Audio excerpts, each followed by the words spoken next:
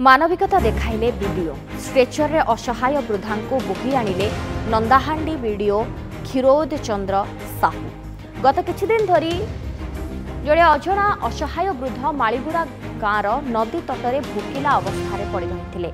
गाँवर युवक मैंने एने वीडियो को अवगत कराइथिले। उद्धार पर आंबुलांस भी डाकिथिले किंतु आगरे कादुआ भर्ती रास्ता थिबारु आंबुलांस आगो जाई पारि नथिला। वीडियो निजे पहुंची गाँवर किछि युवक और सहकारी चंत्री गोविंद चंद्र कहरक सहित मिसी निजे स्ट्रेचर रे नदी पठारु वृद्ध को बोही बोही आंबुलांस निकट को आनिथिले एवं वृद्ध को नवरंगपुर जिला मुख्य चिकित्सालय को पठाइथिले। वृद्ध जनक सुस्थ हेबा परे तांको परिवार सहित जोगाजोग कराजिबो बोली वीडियो कहिसंते।